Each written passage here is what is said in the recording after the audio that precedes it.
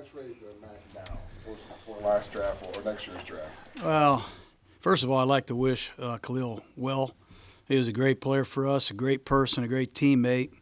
I did have contact with him yesterday too, exchanging, our best wishes to him and thanking him for being a great Oakland Raider. But the negotiation was what it was. It was tough. It was a long process. We talked about it daily. We made an offer. I don't believe we were anywhere close to where the Bears were. And the Bears made us an offer that we thought was really unique. And very, very tough to say goodbye to a great player. But here we are today. Jon, why not just wait to see if he would report? We have waited. We waited and waited, and the Rams game was looming. Our feeling was, he was not going to report anytime soon. And like I said, I saw the Redskins go through it with Kirk Cousins. It's a long process. You can wait it out. You can franchise them. You can force them to play. But we made a decision, and we're going to stand by it. Was it tough conveying that talking to the guys? Did it feel like you had to address that? Yeah, I addressed it with the team, and he's a great player and a good teammate, and a lot of these guys were very good friends with him. So it was tough, but he's been gone for some time. And like I said, we wish him the best. We have to build this football team. We have a lot of needs, and we'll address them as we see fit. But it's never easy saying goodbye to anybody, especially a great player. You made it clear starting at the first press conference that you had here that you want to win in the 2 years that you're here in Oakland. How does this affect your ability to do that? Well, it's tough. It wasn't my goal to trade Khalil when we got here. One of the reasons I'm here is because of him. Unfortunately, we had a standoff with the contract, and we could not come to terms. And the Bears made us an offer, 2 first-round draft choices, and here we are today. We have to put together a 53-man roster. It's hard. Salary cap issues do exist. And there is an economic part of this thing, too, that you have to sit down and study, and you have to get a lot of information from a lot of people to see how it impacts you, a contract of that magnitude. So anyways, I can't answer any more questions other than we did the best we could, and we are sorry to see him go. We wish him the best. And we'll have to obviously do right with the picks that we did acquire. And the players on this roster got to step up. What was the reaction in the locker room, though, in terms of how they responded when you addressed them and told them, this is why we did what we did? Well, I'm not going to ever speak for our players. You're going to have to ask them, for yourself. I'll just let it go at that. I think there's obviously some surprise, some shock. But deep down, I think some people realized it was a tough, long, drawn-out negotiation, and at the end, something had to happen. You said the Bears went above what your offer was, way above perhaps. Was it a case of you wouldn't go to that number or you couldn't go to that number? I'm not going to get into the negotiation. Reggie and Tom Delaney and the people that were negotiating were involved in that. I know there's maybe some feeling that I was involved on a day-to-day negotiation. I had nothing to do with it. So we were at a standoff, and something had to happen, and here we are. Is there some philosophical point that when you've got a quarterback making as much as you do, you can't bring in another contract that's comparable? It just doesn't. Well, I don't know how many teams have done that. I don't know how many teams done it. Aaron Donald got signed. They don't have a quarterback that has been redone yet. I think the Bears made this trade. Trubisky's still on his rookie deal. It's tough when you have 2 players that are the highest paid, arguably, or close to the highest paid at their positions. So the economic part of it certainly weighs in. We've got free agents on our team that are going to be next year. We've got to find a way to bring them back. So you got to field a 53-man roster, and there are some implications of having 2 players making that much money. That's no mystery to anybody. What do you like about A.J. McCarron, and how's he going to fit your offense? Thanks for changing the subject. It'll be. He had been in Cincinnati with Paul Gunther, our defensive coordinator. I had been impressed with him when he was put into some tough spots in a playoff drive on a very good football team. And he went in there and did some really good things. Got signed by Buffalo. I think he got a big signing bonus. Things didn't work out. He's young. He's got some playing experience in big games. We have a lot of intelligence on him. Derek Ansley was at Alabama. I had him on my little episode. I got to know A.J., and Paul Gunther was with him on a daily basis. So we feel like we got better at the quarterback position, and we got to prove that too. Do you feel Reggie was truly on board with trading him, or do you feel maybe you had They're trying to divide us. People are trying to divide us, and I wanted him gone. He wanted him here. We made a decision as an organization.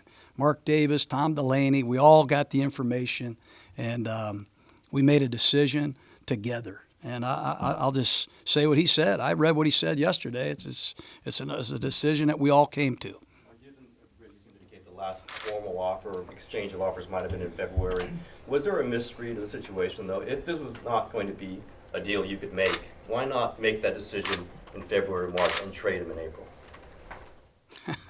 Why would we do that? I don't understand why we would do that. Your picks would have been drafted in April. Well, you don't know if you can get those picks. We're trying to negotiate a contract to keep the player here. We would like to have the player stay here. He was under contract. We did not expect this to last as long as it did. But we're going to be second guessed until the cows come home on this. I understand that. But bottom line is we did do our due diligence. There was a standoff, and he got a great contract from the Bears. A great contract. The Donald deal, when that came in, did that sort of... Well, it pretty much set the stage of what it was going to be. And, $90 million guaranteed is an astronomical number. It's phenomenal, I think, for the players. Great for him, obviously. But that was something we could not do. Was the conclusion that you wouldn't have got a bounty of picks if you wait, until the next draft and trade them? Well, it's hard to say you could ever get 2 ones. Getting 2 first-round picks from a team is a lot of resources. And, there's no guarantee that you can get 2 ones in 6 months or 2 years. There's no guarantee whatsoever. But 2 first-round draft choices is a lot of compensation that we have to do something with. I know you have such respect and appreciation for Raiders tradition, all the greats who have been part of this organization over the decades of its existence. On a personal level, is there a difficulty to trading somebody whose career trajectory is to place him part of that pantheon? Part of what? Part of that pantheon of just... Pantheon's a tough one on me right now. That's tough trading them. I've said that. It's tough to trade them. But there's an economic part of this that is also tough. And I'm not going to get into that, but we have to field a 53-man roster. The Bears came in with a great offer for us. And the agent, Joel Siegel, did a great job. He stood his ground, and he ended up getting the #1 contract in football for a defensive player. Did you feel like you had to include a second-round pick in there? I know a lot of people wondering why. I really wasn't involved in all of that, so you have to ask Reggie, to be honest with you. 6 weeks ago, you were hanging out at Ricky's and told those fans there that you're going to do what it takes to get Khalil Mack in here. Now that he's gone, what do you say to those fans? Well, we're going to do everything we can to win. We're going to do everything we can to win and put together the best football team possible. We have a lot of holes, and we have to do what we can to fill them. Right now, backup quarterback. You're welcome. You have a quarterback who doesn't know your offense yet, and that's your only backup quarterback. What's your comfort with that situation? Could one of the 2 quarterbacks who are in camp behind Derek return, or is that just going to be the situation week 1? Well, hopefully Derek stays healthy. That's #1. But we have to fast track A.J. He's in here now working with Brian Callahan, and he'll be a consistent visitor here at this facility for the next few weeks. He's got a lot of catching up to do. And we'll try to fast track him the best way we can. There is a possibility that we bring another arm in here. So we'll see. Is this still a win-now situation? What? Can you win this year? That's the plan. We're going to try to do everything we can to win. We also have to build this football team. We've had 1 winning season in 14 years. And we have to do it the right way. And we have to make some tough decisions, as we have since the beginning of free agency. And this is tough to swallow. And we wish Khalil the best, obviously, and we need some of our players to step up. Martavis, you saw so much in him from a size, speed combination, something that this roster really didn't have. The third-round pick reflects the value that is in your roster. Now that he's no longer part of the picture, what kind of dent does that leave on this thing, and can you replace that at this stage of the offseason? Well, we expected more, from him. He did not make the team because Keon Hatcher came on. Some other players outperformed him, and I think you covered that during training camp. He missed extended amounts of time, and you saw Hatcher the other night. He's done it on our practice field. He did it in a game. He can play multiple positions, and he can play on special teams. And we tried to keep the 5 or 6 best receivers, and that's what we did. You did use the third-round pick for him. Was there a miscalculation there? I don't think so. I think the guy's a superb talent. The guy's got great talent. We released our second-round draft choice last year, and the year before and the year before that. Not everything's a perfect science, but we'll be criticized for that. But it was a risk, I think, well worth taking. Perhaps we get Martavis again next year, and we can get the best out of him. How much did fear of him being suspended play into releasing him? Not really. I think just the overall versatility. Who goes in for Cooper if Cooper has an ailment? Who goes in for Nelson? Who's the third? Who goes in for Seth? Who can help us on special teams?